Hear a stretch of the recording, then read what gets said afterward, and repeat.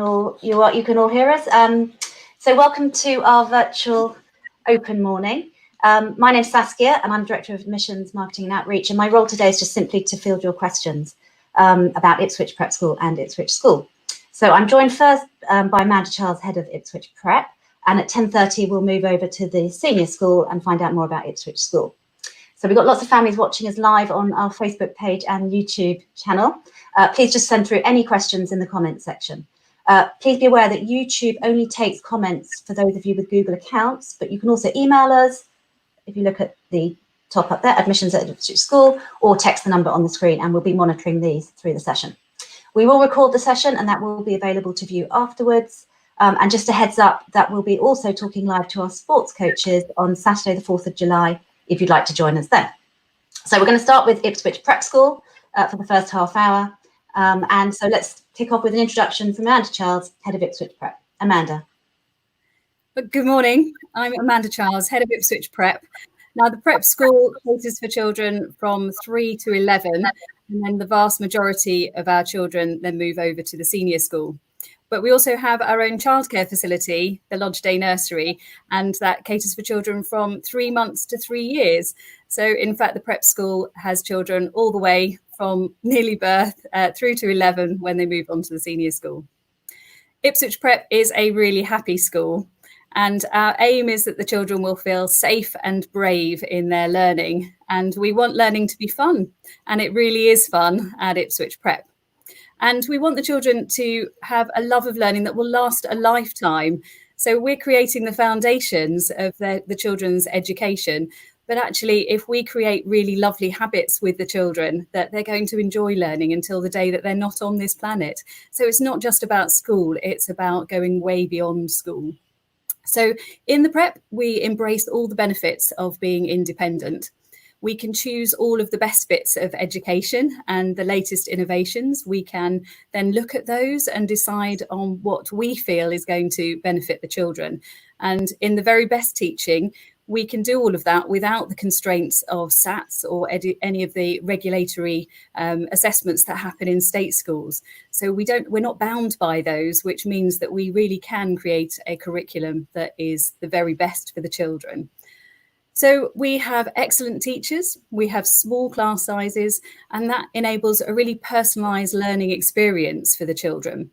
And coupled with that, we have staff that have a real passion for education, not just the teachers, but all of the staff within the prep school. And with a mix of specialist teaching and form teaching, we can ignite that passion of learning in the children. So as we go through the school, we become more academically selective in order for the children to move across to the senior school, confident learners. But we do that without pushing the children. We challenge and stretch them. And that's a really important nuance, that we're not actually behind the children pushing them forward, but actually working alongside them and challenging and stretching them so that they become more and more independent learners as they go through the prep school, and that helps them to reach their potential, whatever that potential might be, and that carries on into the senior school. So again, we are preparing the children for that move into the senior school and setting those firm foundations. We really care about the children and their education in the broadest sense. So we want the children to be inquisitive learners. We want them to be relentlessly curious about everything, asking questions all of the time. And that means that, again, they will have those firm foundations for the rest of their lives. The more that they ask questions, the more that they're going to learn. But we care about the whole child. So it's not just about their academic development, but it's about their whole development. And we provide opportunities for them to develop life skills, those skills that they're going to need as they move through their lives, not just in education at the beginning, but actually for the whole of their lives, so that they are going out into the big wide world as great people, confident, but absolutely not arrogant. And we see the children as they move on at 11 and go through the senior school and come out at the other end ready for the world, and that school has prepared them to make sure that they have all of those skills. We have exceptional pastoral care, And primarily that is in the hands of the form teachers, who get to know their children really well. And again, because of those small class sizes, that we really can get to know the children as individuals really quickly. And as I say, it's primarily in the hands of the form teachers, but we spend a lot of time making sure that we help the children to deal with small issues before they become big issues. But we have a whole host of people that are around to support the children to make sure that they are happy. And there's a great deal of science to say that happy children are going to learn better. So it's important that we do place a great deal of time making sure that they are as happy as they possibly can be. So the prep school and all of Ipswich School is about creating opportunities in an environment that we expect the children to succeed. We put things into place to make this happen. So we have excellent teachers, an excellent, happy environment with superb facilities, a wonderful curriculum that's broad and balanced and gives the children a whole host of opportunities to have a go at things. And the atmosphere in the prep really is conducive to learning because it is happy. We love our school and we hope that you're going to love it too. That's brilliant. Thank you, Amanda. And actually quite interesting, a lot of our questions have picked up on the wider wraparound care and life skills. So I'll pull that back in later. My first question, we've had a question through, this is really topical. What learning tools were put in place during COVID-19? We have provided a complete curriculum for the children the whole way through the lockdown. We felt that it was really important that the children had a full curriculum. So the children have been engaged in learning from the beginning of the school day right through to the end of the school day. And the majority of this has been taught curriculum. So the teachers have been available for the children, especially from years 3 upwards. So all of the lessons have been taught via Google Meet, where the children are then able to be in a virtual classroom. And for some of the lessons where it's a little bit more difficult to be providing that education, the children have been taught via videos, and then those have been able to be used at different times, because we also understand that there are a lot of constraints around family time and parents that have been working at home. And that means that the children have got a little bit more flexibility to be able to do those lessons when it was convenient for the parents to do it. But the children really have been learning. We've got lots and lots of children who are where we would expect them to be at this time, even if they've been in school. And for some, they've done even better than perhaps we would have expected. So that they've had a complete curriculum, and obviously we'll be continuing to do that for the next couple of weeks. But we are actually opening up the school for as many children that want to come back safely for the next couple of weeks. So from Monday, the rest of the children will be coming back into school if they would like to. Oh, that's really interesting. And it certainly came through when we asked our prep children to do a little bit, you'll see on the website, how much they felt they had learnt. So really positive feedback from parents and pupils, I hear. Absolutely. And then my next question is, and this relates probably to next week as well, what plans are there for September 2020 onwards? So I think that in everything to do with all of the lockdown and COVID-19 is that everybody needs to be as agile as possible. And over the course of the last 3 months, we have been continually changing our provision. So according to the government guidelines, and making sure that we are working within those government guidelines and safely. And we make sure that we're doing all of the things that we're supposed to be doing. But we want the children to be in school if at all possible. It's the best place for them to learn. And that means that we have continually changed those plans so that we're working to get the children back. Now, in September, we don't know exactly what that is going to look like. We don't know what the government are going to tell us that we need to do. But what we will do is do the very best to make sure that we've got an excellent educational experience for the children. If we have to lock down again due to a second spike, we have a robust curriculum and learning experience that we can put in place instantly, because it's there, we've been using it. And if some of the children are in school or we have to change the guidelines within school, then we're ready to do that too. Great. So flexibility, being as open as you can and being as safe as you can. That's Absolutely. great. And communication has been absolutely key within all of this, that we've made sure that our parents are absolutely up to date with our thinking as quickly as we possibly can. I'm sure that you will appreciate that sometimes those decisions have had to be made really quickly, but we want the parents to be very much part of that team. We are a team working together to make sure the children have the very best of education, and that's important that we keep them up to date as well. That's great, thank you. Just before I move on to my next question, I've just got a comment here. Yes, if you've joined us for the senior school webinar, you're welcome to stay. We're going to talk about the prep school until 10:30, and then we'll move on to senior school, but you're welcome to stay for the whole thing. You won't need to sign in or out, it will just naturally move across. So my next question, Amanda, is about extracurricular. What extracurricular clubs do you offer, and what's the timing around after school activities?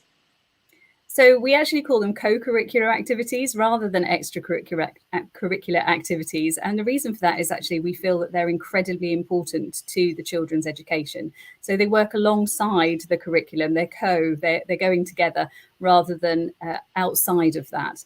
So we provide a huge range of opportunities. You can see some of them on the screen now.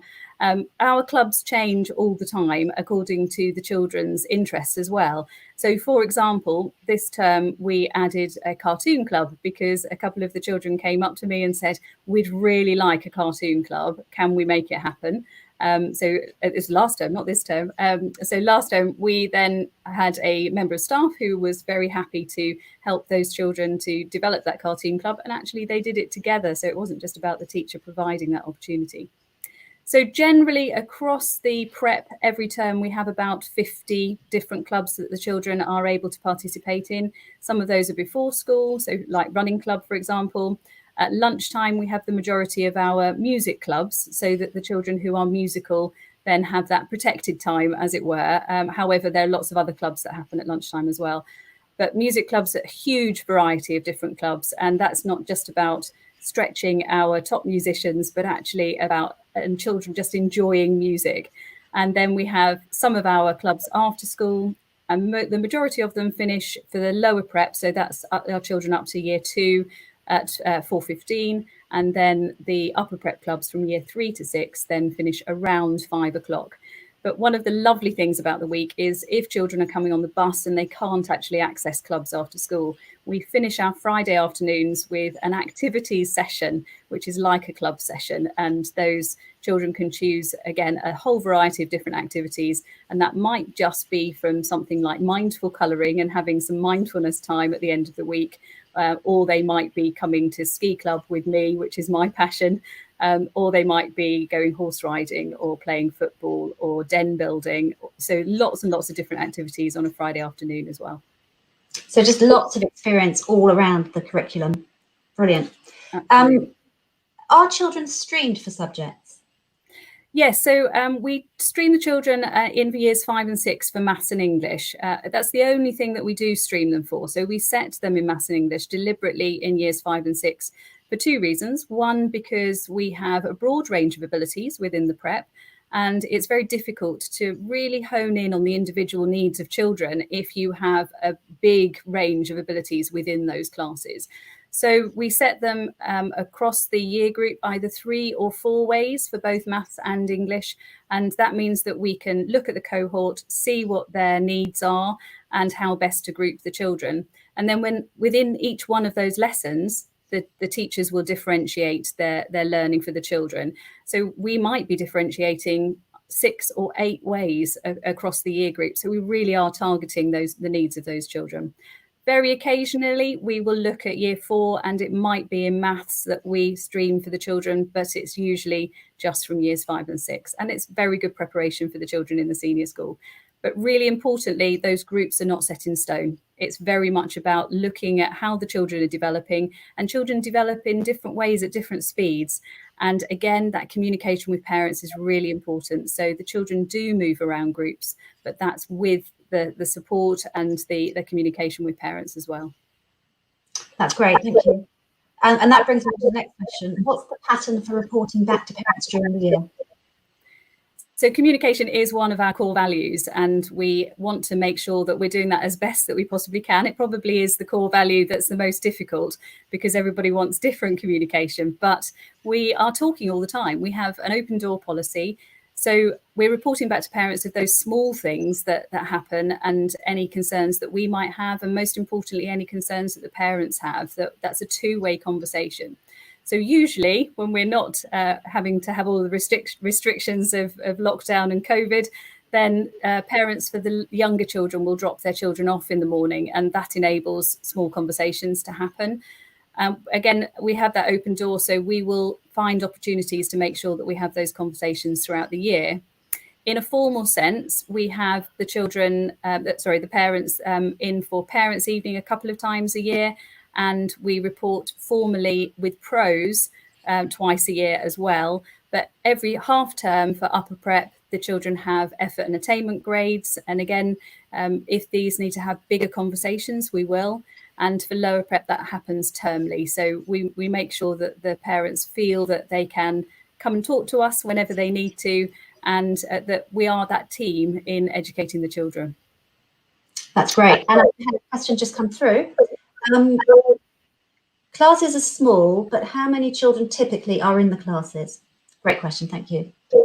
So in lower prep, we have up to around 18 children, and that includes having a teaching assistant with the teacher in the classes. And then as we move through to year 3 and 4, around 20 to 21, and then in 5 and 6, 25, around 25. And as I said, in maths and English, those classes are taught by in smaller groups. And in some of the other subjects, we will also have another adult that will be with the teacher supporting them. And my teaching assistants could be teachers. They're absolutely amazing. So they have really, really good support. Thank you very much. I've got a question here about expected number of applicants for 2021. How many typically apply? Yeah, that's a really difficult one because it really does vary from year to year. I think it's important maybe not to think about the applicants, but actually how many places that we have available. So at the moment, for example, we have just a couple of places for years 5 and 6 for next year, and then we will be at our optimum numbers. Further down the school, we have a few more places that are available, but sometimes the optimum numbers are reached fairly quickly. Sometimes we have places available to be able to start immediately. So it's really difficult to say how many actual applicants we have on a typical year because it does change quite vastly. Great. And then someone's asking how many classes per year group? So there are 2 typically per year group. If we have a big amount of interest in a particular year group, then it is possible for us to change the number of classes in a year group. So, for example, this year we've had 3 classes in year 6, but typically it's 2 per year group the whole way through the school. Great. I've got a question very close to my heart here. It's all about food. Are school meals an additional cost, and can you tell us a bit more about food? Well, the food is amazing. So all of the children up until and including year 3 are provided with a hot lunch, which is included in the fees. And the reason we decided to do that is because actually food is a really important part of life skills, and we want the children to develop social skills that are around eating. And if they're able to extend their palates, and we really do encourage them to do that, then it's good for us to provide those opportunities. And in our lower prep, so the younger children and year 3, we have a specialised chef who caters for the children of younger years. And that means that we are enabling them to try new foods, to have a go at things that perhaps they haven't tried before, and to know that it's okay to leave something on your plate, but to try and have a little go. So good habits around food are really important. And then from years 4 to 6, it is optional whether the children have a school lunch or not. Those are not included in the fees, but it's important to note that the children that have packed lunches or bring packed lunches eat with the children that are having a cooked lunch as well. That's lovely. I've also had a question here about prep for joining in reception. What advice do you give parents to do over the summer? So I think it's about helping the children to get excited about going to school.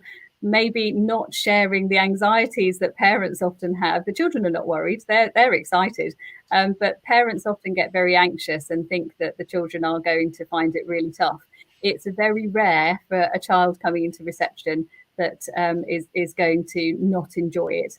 And that first day of school is brilliant, but it's also really important to be excited about the second day. So the children sometimes come in thinking that actually they only have one day at school and then that's it. But it's really important that parents are excited about day two and the second Monday. Those things are really important. But not to worry, we're the experts. We're the ones that know how to educate children the best, and we will make sure the children have a great learning experience. So they don't need to be coming in reading and writing. That's what we're going to be helping parents to help the children with as well at home. And we provide lots of opportunities for the parents to come in to find out how we educate the children, so that we're working as that team. That's great, thank you. Another question here. Is there a type of pupil that best suits Ipswich Prep? So we have a huge variety of children that come to the prep, and we pride ourselves, as I said earlier, about getting to know the children as individuals. And the wonderful thing about the prep is that we celebrate all of the talents and the gifts of the children, and every child has strengths. And we make sure that we celebrate those, and we respect each other, and we know that we are good at some things and that we're not good at others.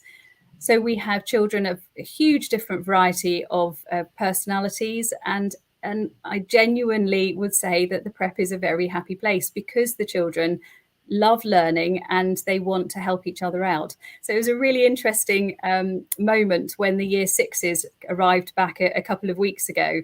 And one of the new rules is that they can't share anything, that they can't share equipment, they can't borrow what other people have got.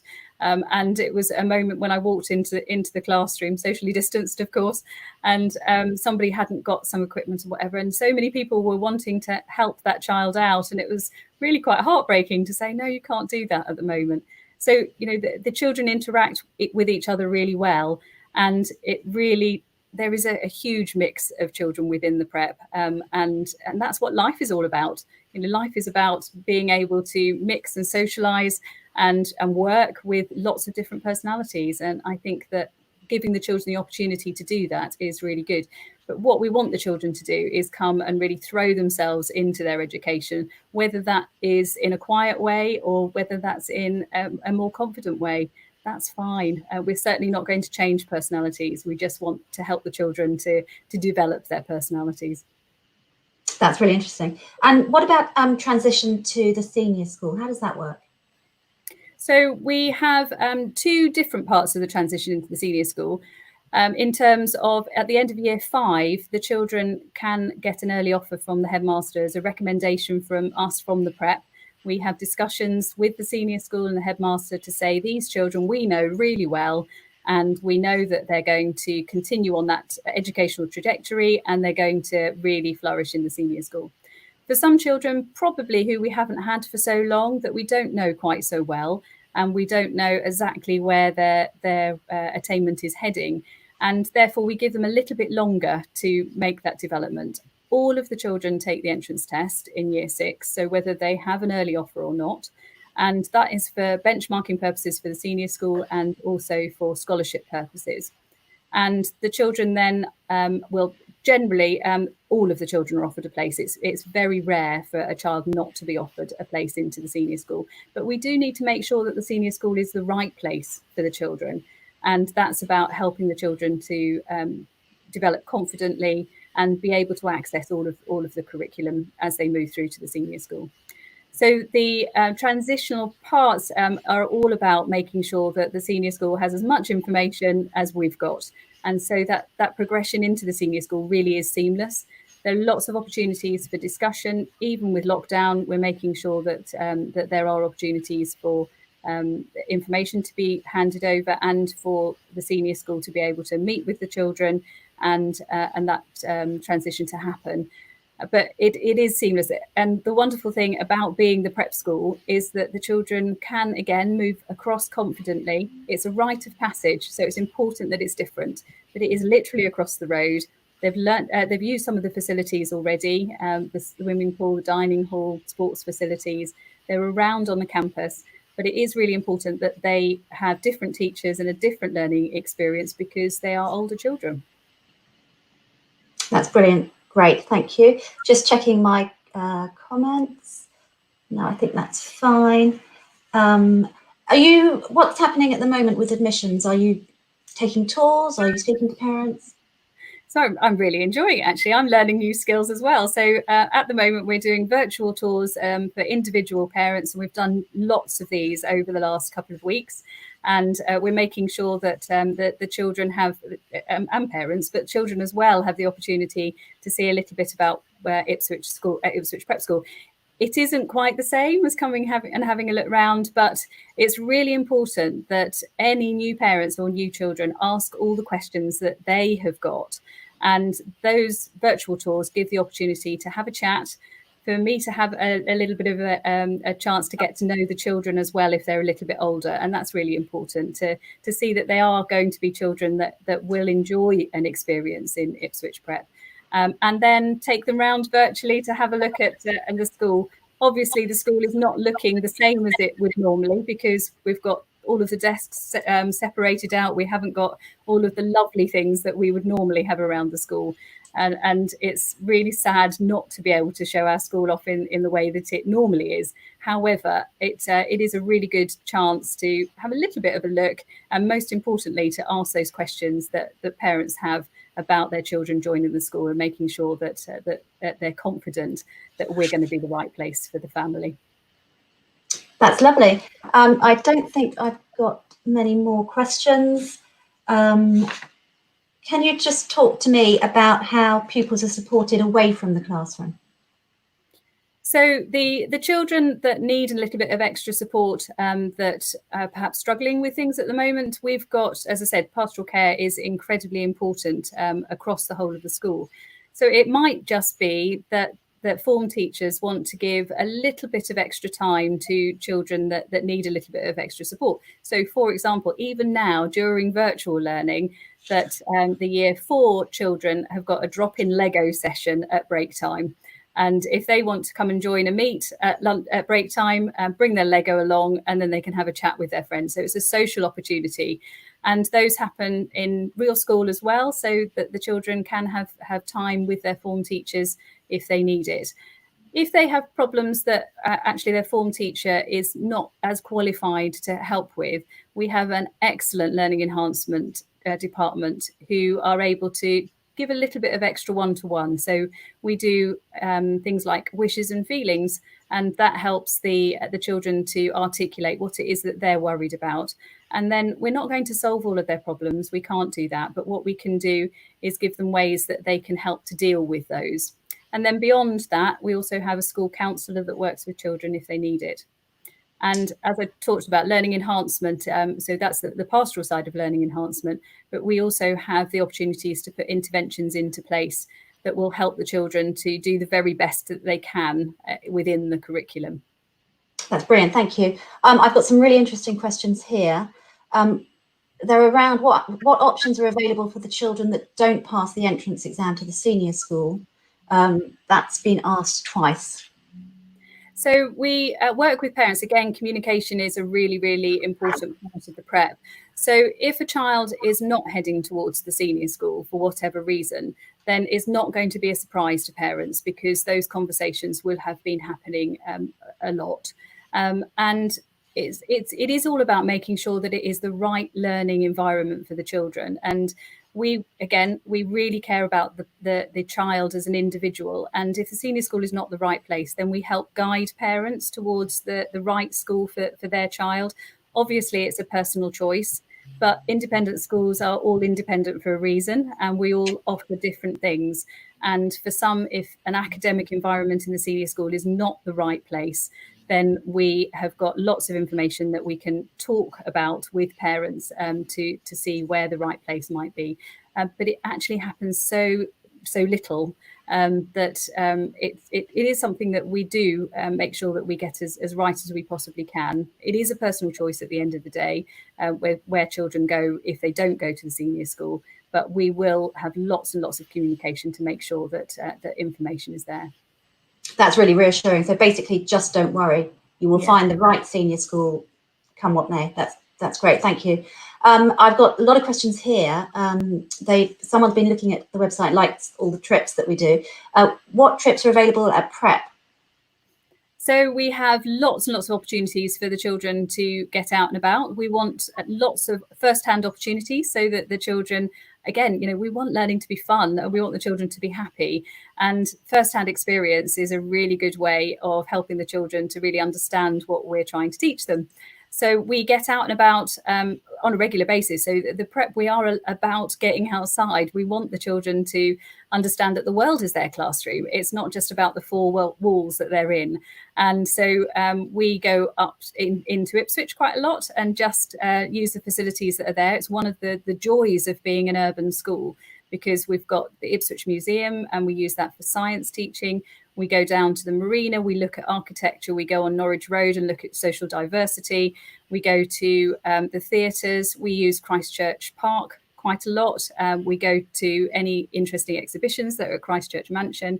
And further afield than that, we go to places like Headingham Castle, Kentwell Hall.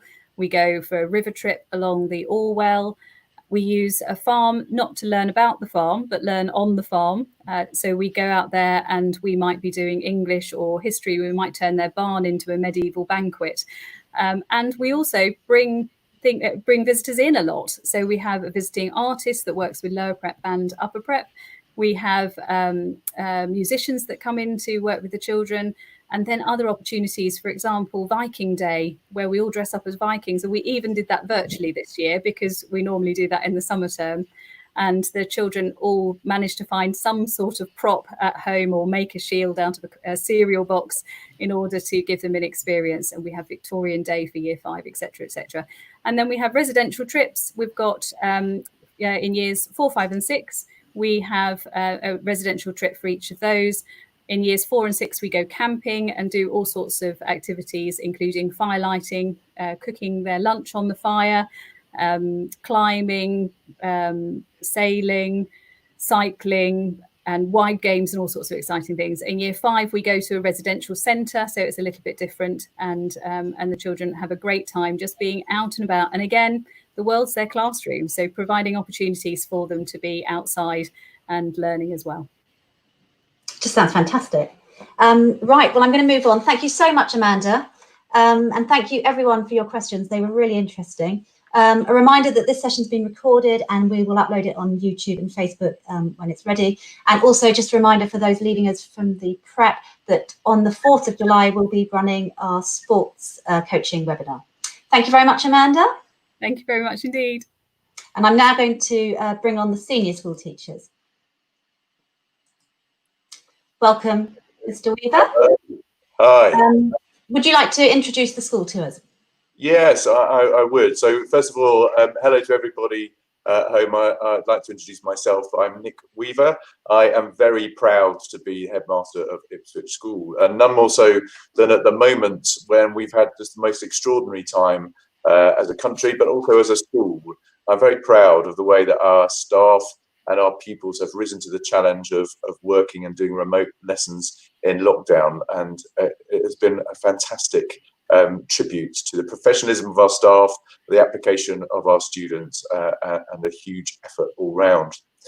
I've got a slightly strange situation here. I don't often talk about Ipswich School just to a camera, not being able to see my audience. And it's really important that we get to know you as well. And so I do hope that you think about the next steps after this, and that will be to arrange a personal visit that may be virtual in the first place, and it would be lovely for me to meet you, who are pupils, prospective pupils, and you parents as well, because that's a really important part of what we do at Ipswich School. So I have the unenviable task of trying to introduce Ipswich School and in just a very short while tell you all about everything that goes on here. We think that Ipswich School is a place which can create extraordinary futures for you. But before I go into how we do that, I'll just tell you a bit about our extraordinary history. We have been around for over 600 years. We were given a royal charter over 450 years ago. We've been on this site just next to Christchurch Park in Ipswich since 1852. We have had girls in the school. We've been co-ed now for over 20 years fully, but the girls were here from over 40 years ago. It's an amazing school for many reasons. But if I have to simplify it and get to the heart of what we do as a school, I would have to talk about our core values. And they start off, the number one is care. Our core value of care is so important because, as you may know, we are a big enough school that we have those economies of scale, which mean that we can offer a breadth of opportunity to people. But we are never so big that we can't focus down to the individual and care for them and their individual needs. And we've got some pastoral systems set up, which means that we can know our pupils, know all about them and help them on their individual journey. So care is so important, but care is also important in that we try and engender a spirit of care within all of our students, all of our pupils, caring for each other, caring for the community too, in the work that we do and the way that we educate them. The second of our core values is passion. And passion is never more important than these days of league tables and exams and so on. And I often say to our staff, I didn't get into teaching because I wanted to get anybody an A star or a grade 9. I got into teaching because I loved my subject, which happened to be physics. And I was passionate about it, and I wanted to share that passion with other people. And in doing that, lighting the fire of passion amongst our students, then we can get them to be excited about their learning, and the A stars, the grade 9s or whatever will follow as a result of that. But we're not chasing those exam results as an end in themselves, even though we do very well in the exams as a measure of how well we're doing our academic education. And that passion is writ large across all of the lessons that I see, whether those are online or in person when we're in the school. It's staff sharing those passions, and that's really important. That's how we do our academic education so well, but also how we do our co-curricular education so well too. Our co-curriculum, as Mrs. Childs was just saying in the prep, is called the co-curriculum for a reason. We believe that an outstanding education is more than just what you do in your academic lessons.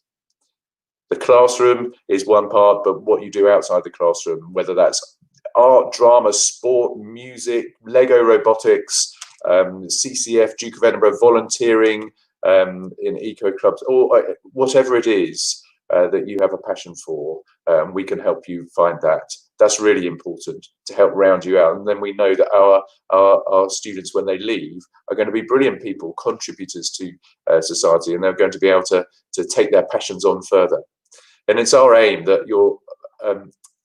the way that you can develop yourself at Ipswich School shouldn't be limited by our provision, but only by your potential. And potential is our third core value. We believe everybody has an untapped potential. And once we help people connect with their passions, then we want to help them to develop to their full potential. And we don't want our provision to be a limit on that. We want to get everybody as close to their potential as they can be. We are a growth mindset school, and we believe in helping all of our students to understand that they can, with deliberate practice, get better and better at anything that they're doing. So we have those three important core values: care, passion, and potential. And to those we add one more, and that is communication. Communication is so important. We talk a lot about the triangle, and the triangle is parent, school, and pupil. And we try very hard to make sure there are good communication links around that triangle. Not always are we so responsible for the parent-pupil communication, although we do offer some help and advice there. So some parents who want to attend some of those workshops about dealing with children going through adolescence and so on and so forth, we facilitate some of those things.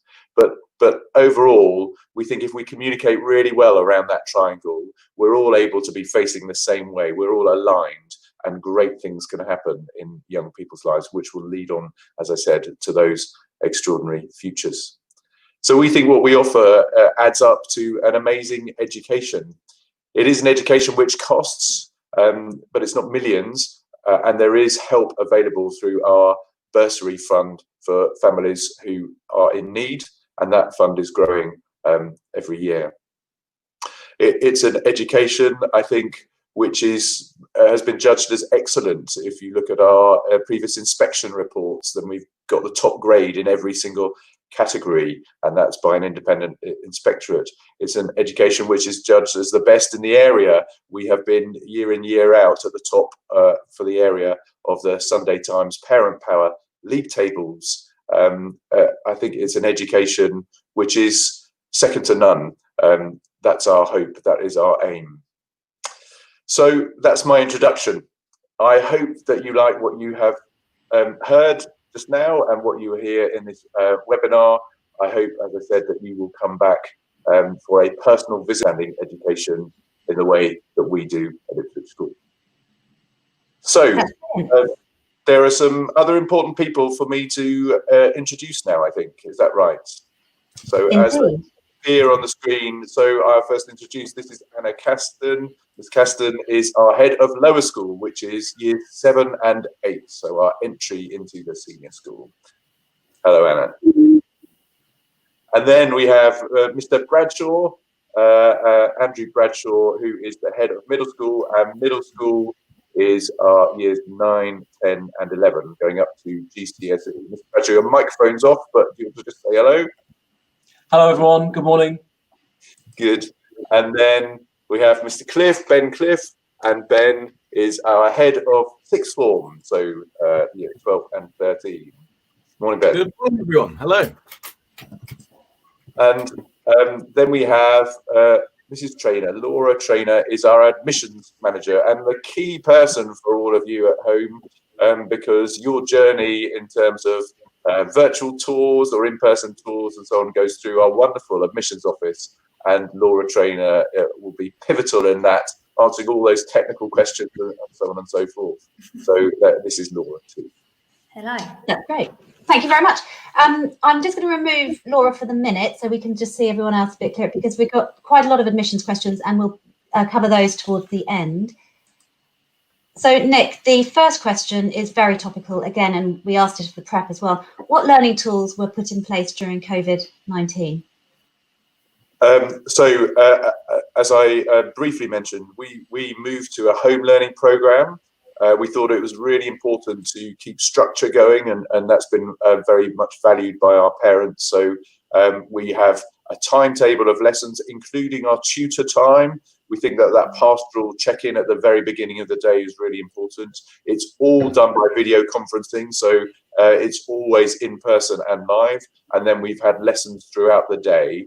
And so we've kept our academic work going. We are a Google school, so we have the full suite of Google Classroom technologies, and Google Meet is our video conferencing application, and that has been very robust throughout. And so we've been able to continue the learning, and our assessment of how well that has gone has been really positive, actually. We feel that we've been keeping pace with our curriculum by and large across the board. And it's been really good to see. Added to that, we've had some co-curricular activities still going on. So there's been some extraordinary musical videos going on. Some of them are shared, I think, just with the school community when we've had our performers at home. Some of them have gone outside and they're on our YouTube channel, and you can see our members of choir singing their individual parts, and that all being put together. Some wonderful ensemble work going there. And then sports-wise, we've had a full program of sports activities for people to do at home. We are subscribed to an online sort of video sporting analysis software suite, and so we've had lots of pupils both analysing sports games and learning about the craft of their individual sports, but also doing their own activities and uploading those. So we've seen quite a lot of the co-curriculum continuing as well. That's great. Did you want to pass on to either Andrew or Ben to talk about year 11 and year 13? Because that was quite interesting, how we adapted on that. I've had a question about that. Yes, yeah. So perhaps Andrew first, do you want to just talk about the Year 11s? So absolutely. So we continued to teach our Year 11s all the way through the first half of the summer term. We felt it was so important for the momentum that we built up last term to keep going with that. And then really we wanted, mindful of their looking further ahead to A-level, we wanted to give them an opportunity to have 3 teaching weeks of time sampling their A-level courses. And so we changed the timetable around, and once the Year 13s had finished, we were able to populate those lesson slots with Year 11s. But crucially, we wanted 16 plus is an important entry point into the school. So we wanted to invite our September joiners to be part of that experience. And so really our data team and our timetabler worked so hard to put provision in place to be able to welcome those externals to our Year 11 classes, and the feedback from our teachers, from our pupils and from our parents, it was such a welcome opportunity for them to start thinking about A-level without actually starting the courses themselves. So they'll obviously start in September. But Ben, shall I pass over to you to talk more about that experience? Yes, thank you, Andrew. As Andrew said, the pre-A-level taster course ended yesterday afternoon, and it was a real positive opportunity in lockdown, actually, to get a head start with A-level study in September. I talk to them every week in assemblies, the new students anticipating starting in September, buddied by current Year 11s, talking to them about not being restricted by specifications and mark schemes and schemes of work. And for teachers, it was an opportunity to share their passion in areas of the subject that might not appear specifically on the A-level spec, but really as a vehicle for learning how to learn in a different way, really independent inquiry type thinking. So those 3 weeks of pre-A-level for the Year 11s was a great opportunity. But more importantly for me and my sixth form team of tutors and heads of houses, it was a pastoral opportunity to get to know our future Year 12s. So those 3 weeks are really, really well spent. For the leavers, it was a really, really tough moment, March the 20th, lockdown, and they felt denied, as all Year 13s nationwide did, of that rite of passage to show off all the skills that they'd learned and the knowledge that they'd gained in their A-level subjects. And missing those exams was no highlight at all. It would be very crude to think that, brilliant, we're getting centre assessed grades. Not at all. They really wanted those exams. So we were very pleased to get them back to polish their A-level studies and to tie off some loose ends, but more importantly, to extend beyond A-level and give them, before half term, a flavour of higher education. And again, teachers were really pleased to put courses together before half term on sort of undergraduate style of study, lots of research, presentation, Harkness style tutorial teaching. And so that was a real winner. And we mustn't forget to mention that, yes, academically, that was the right thing to do. But getting those Year 13s back before May half term was so positive for their mental well-being, getting them on the webcams in virtual lessons with their friends. And it was lovely to give them a virtual Leavers Day, a virtual Leavers film, and try to replicate as many of those special moments that they've missed out on. And it has been really sad that they've missed out on them. And we're still working on Leavers projects for them. And in fact, yeah, we're still hopeful, I think, that we might still be able to do our graduation in some shape or form for them, just depending on how the situation with lockdown unfurls and what we're able to do. But we're still hopeful that before they go on to their next destinations, there's something we can do for them. Saskia, back to you. Right at the other end of the senior school now, I've got a question for Anna.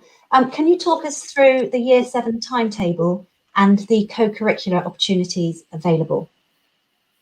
Yeah, sure. So I think you might have an example up, Saskia, do you, of the timetable? So we have 8 periods in a day, starting at 8:40 with registration, and our lessons are 40 minutes long. Sometimes we have doubles when we have exciting science lessons and practicals and things like that. So 8 lessons a day with 5 minutes between each one for moving around the school. You can see on there is 2 whole afternoons of games as well, which are fantastic. And actually, the Year 7s next year are getting an even better deal with that, where they're having 1 week with 2 afternoons of games and the other week with 3 afternoons of games. If you speak to most Year 7s, they absolutely love that. So it's a really broad curriculum covering all the subjects, classics in Year 7 and Latin in Year 8, and they pick a language, Spanish or French. The co-curricular, so that's just a part of the day. I suppose the co-curricular side is huge, and so there you go. Those are some of the clubs. The five-a-side football, very popular, and just lots and lots of clubs. And if there's something on there that there's something, if you can look at that list and amazingly not find something on there that interests you, you can start your own club as a Year 7 child if you want. And we have had people starting their own club. I remember a year 8 or 9 boy a few years ago being very interested in butterflies and starting his own butterfly club. So just so many opportunities for lots of different clubs.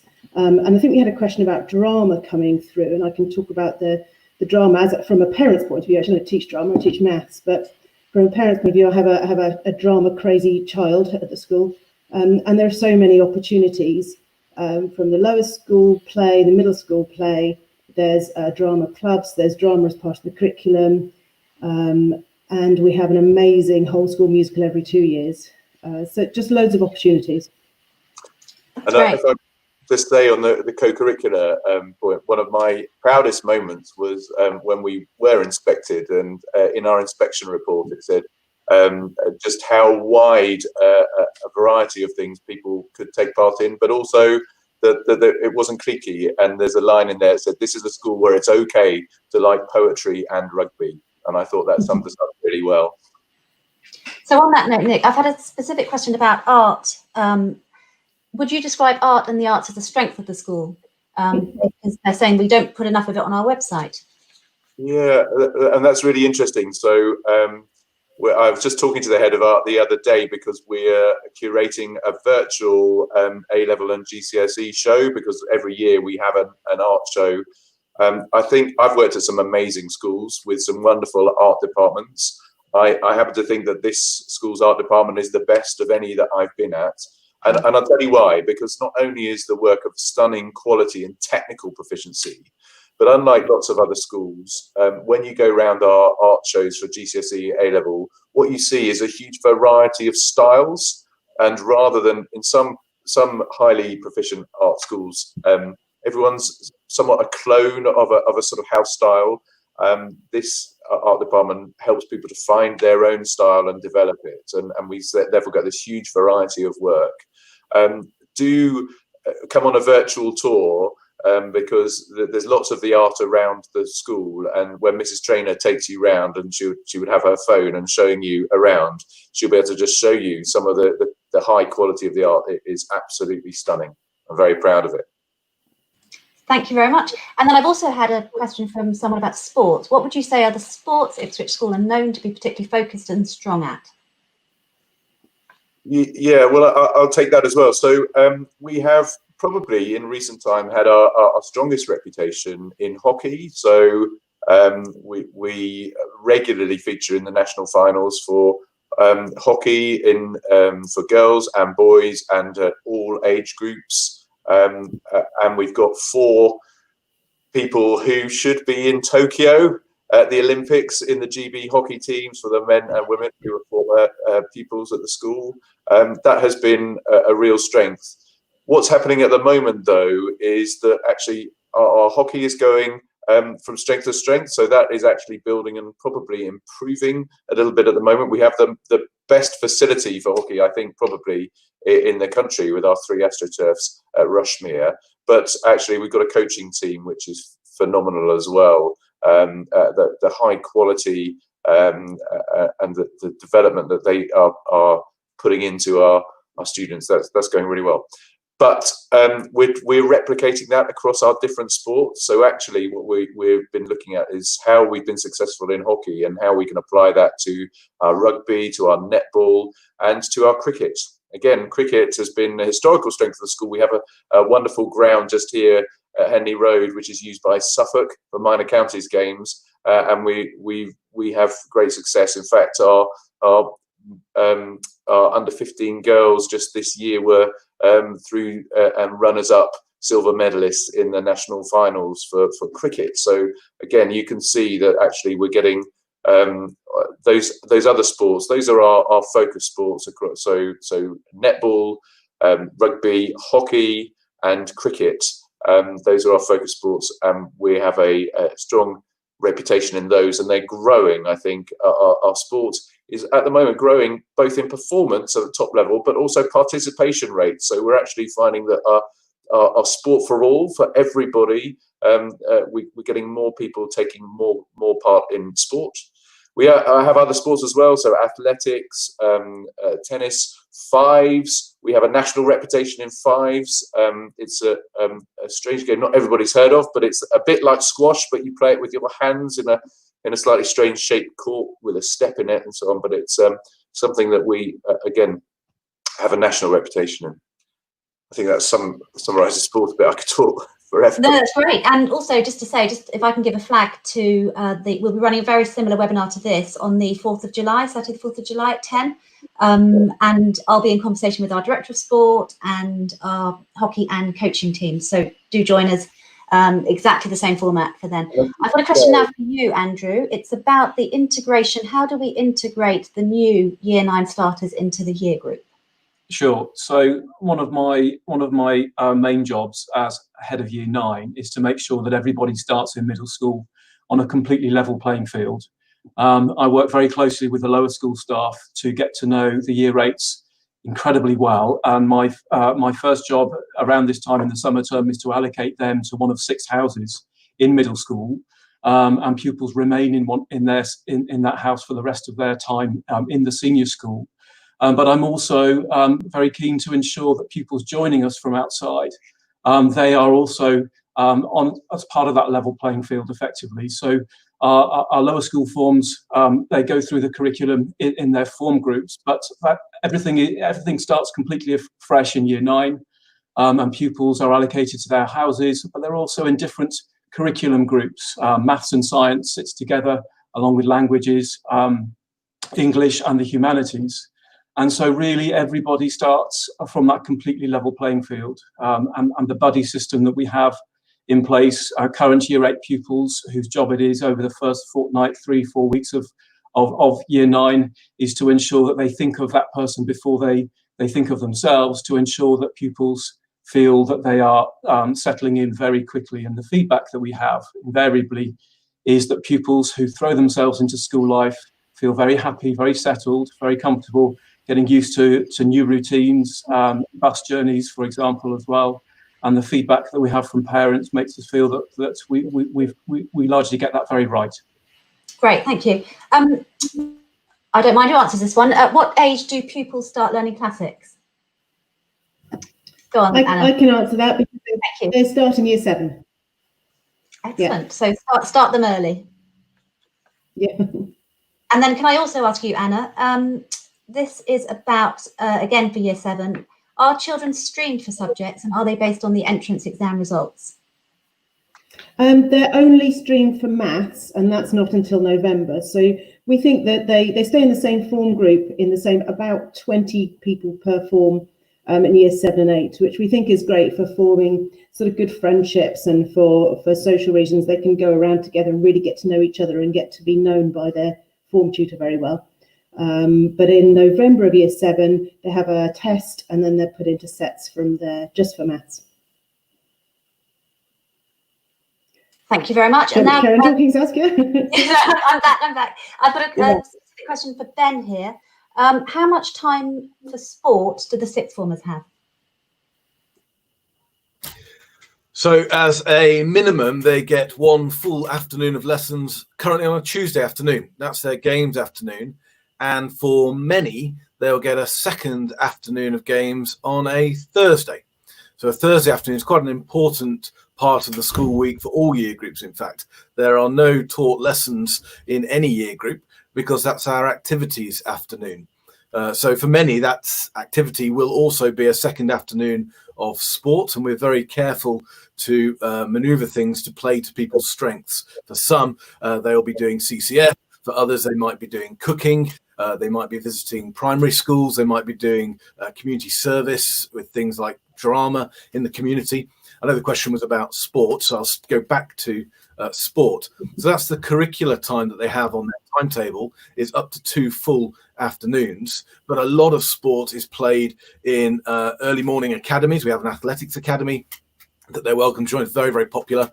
And then they have strength and conditioning sessions by arrangement, a lot of one-to-one coaching and things like cricket nets, winter nets for scholars.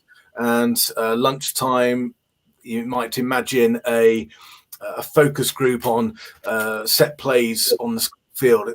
Lunchtime is nearly a full hour once they've eaten, so there's just about enough time to squeeze in a focus session on the main school site without having to go to Rushmere or Knockcuts. And then there are a plethora of after-school sports commitments between 4:30 and 6, often involving those shuttle runs to Rushmere or up to Knockcuts. So sport is a big feature of the school week and a big part of school life for all who want it. But the Sport for All message that Nick says is that it's not just the core sports. There's a big appetite for five-a-side football club, for table tennis, for fives, and it's all part of that healthy body, very healthy academic mind that goes with it. That's great. Thank you very much. I'm going to bring Laura back in a minute to talk about admissions and entrance assessments. But in the meantime, just while I do that, Nick, I've had a question here about the school split between day and boarders for the senior school, and about the international mix of the school. What percentage of the children are from outside the UK? So at the moment we have 807, I think, pupils in the senior school. 46 of those are boarders, and in our boarders there is a mix of international students and home students. The international students bring an extra dimension to the school. It's really informs sort of cultural awareness, and those ties continue. In fact, it's great. I've at times visited other countries and met up with alumni, some of whom were boarders there, and those ties have continued, and people are still connected through the alumni, the old Ipswichian network, and so that's helpful. So it's, what is it? 5%-ish is our boarders, the rest are day pupils. That's great, thank you. And just before I hand over to Laura, I've got some more specific ones. Is swimming a sport you include in games, and do you do nets for ladies cricket? I can answer that for lower school. They would definitely have swimming lessons in lower school. We have, and I'm never quite sure whether this is a good thing or not, but we have I think it's the oldest school pool in England, I think. But it's very warm and quite deep. And we do have swimming lessons, yeah. And we also use the pool for, we have a sub-aqua club, and I know they do canoeing in there as well. And the CCF do a fantastic, I think it's a 12-hour overnight swimathon where they raise money for charity. So the pool gets used a lot. Yeah.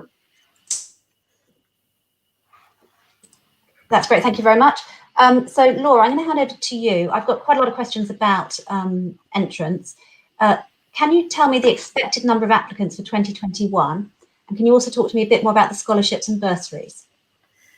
So for year 7, we tend to have around maybe 175, 200 pupils, including prep and externals, that will sit the entrance test. So hopefully that will still be the same for 2021. And then, do you want me to go through all the dates and everything for the scholarships? That would be great.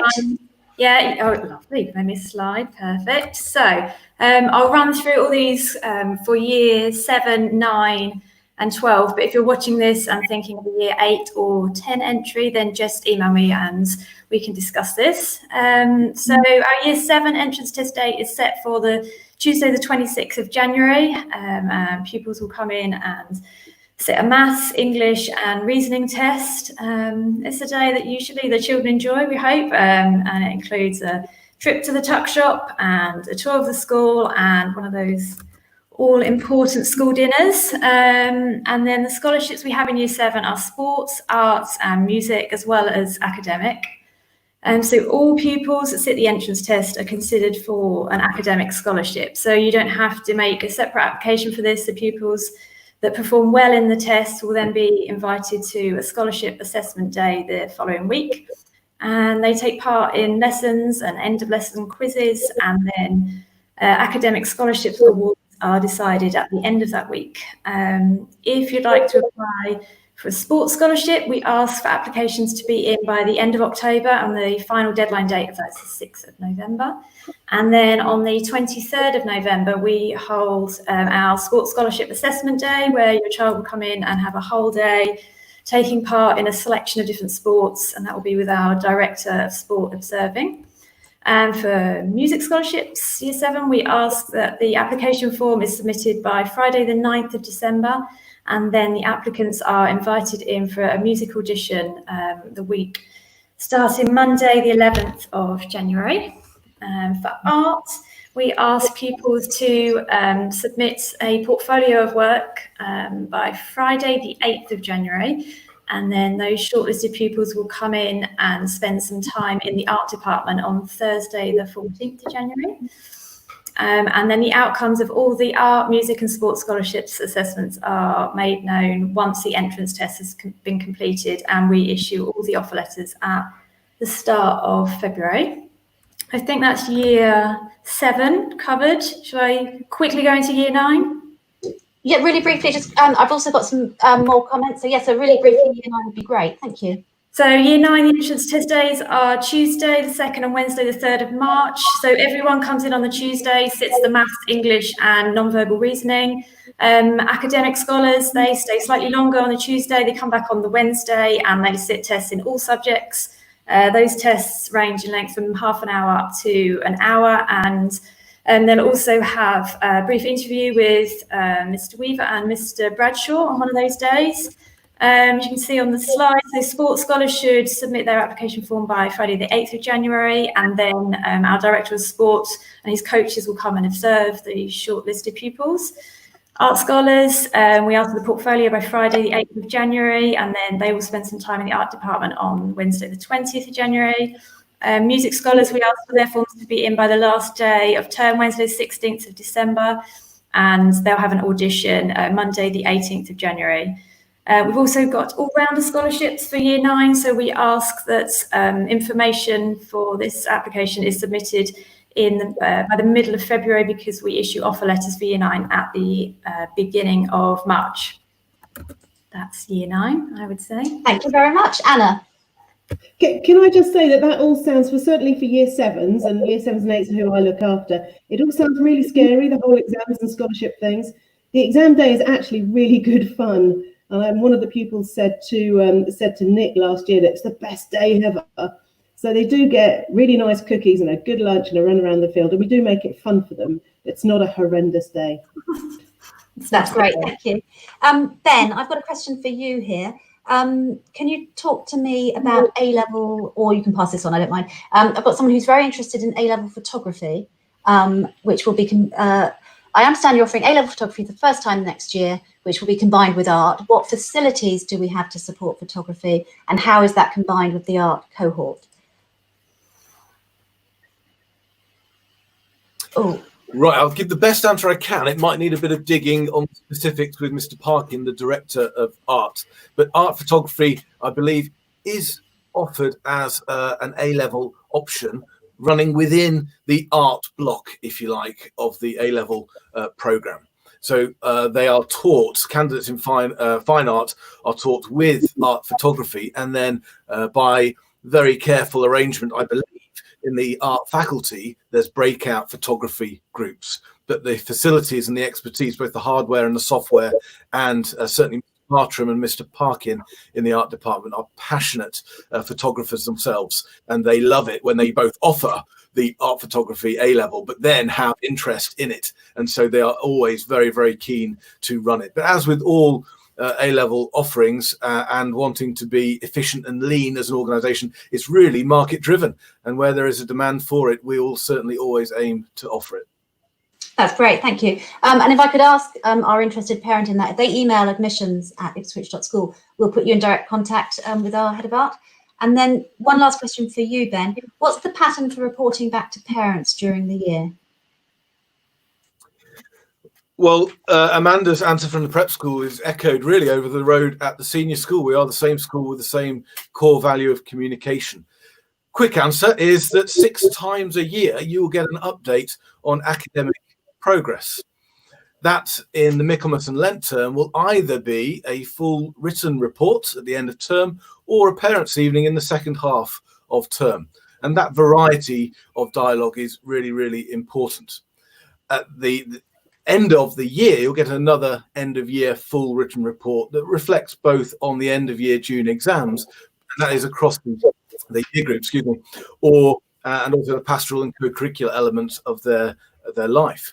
The other 3 times are in the first half of the Michaelmas, Lent and summer terms, and they're using what we call L&As. So L is for learning scores.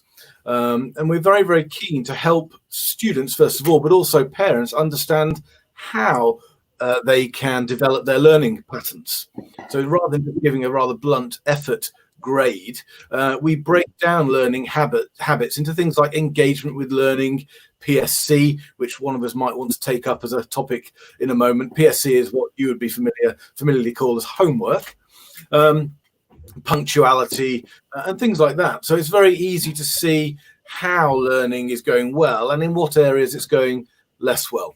So in L&As, the A of L&As is attainment, and you'll get an L&A update in the first half of each of the 3 terms. And it's really powerful to track progress from one L&A round or report or parents' evening to the next.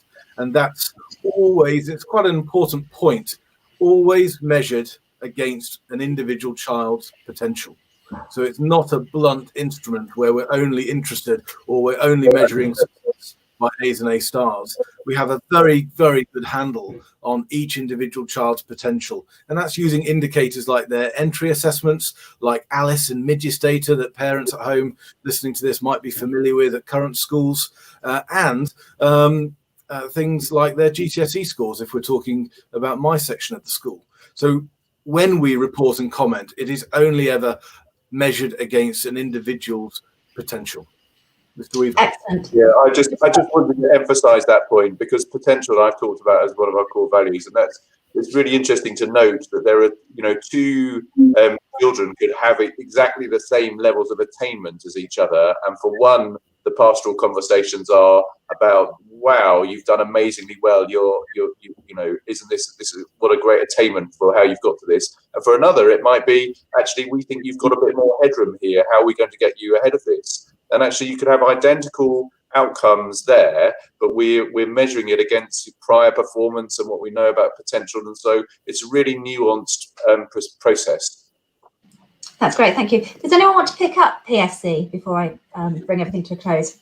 Shall I? Yes, so PSC, we thought it's really important that we don't just do homework because it's homework's turn on the timetable. We thought that our pupils should know why they are doing any task. And so PSC stands for preparation, for stretch, and for consolidation. And those are the types of tasks that we set. So to prepare ahead for some topic which is coming up, a little bit of stretch to see how far you can go with a particular topic, or just practice consolidation, doing lots of examples to groove the skills. And we try and have that dialogue when we're setting it to say what type of task it is. And so it's really important. It's not just homework for homework's sake. It's a learning opportunity, and therefore we identify it as one of those 3. Brilliant. Well, I think we've come to the end of our session. Thank you, everyone, for joining us. We've had lots of viewers, lots of really interesting questions. This will be recorded, and you will be able to see it later on YouTube and Facebook. And also just another shout out for our sports webinar on the 4th of July, where we'll be talking to our hockey and our rugby coaching teams. Thank you, everyone, for joining us. Nick, would you like to give us a final goodbye? Well, yeah, I would like to echo those. Thanks to my colleagues who've been here. Again, thanks to my colleagues who are working so hard through this situation to deliver such an excellent education. And particularly as well, we've seen it today, our ICT team, who've just been the engine room for so much, including this webinar. And thank you to them and everybody who's facilitated this behind the scenes. But I just close, as I said before, this is about a school which is about personal relationships. And so we really hope that your next step will be to get in touch, and we look forward to seeing you very much.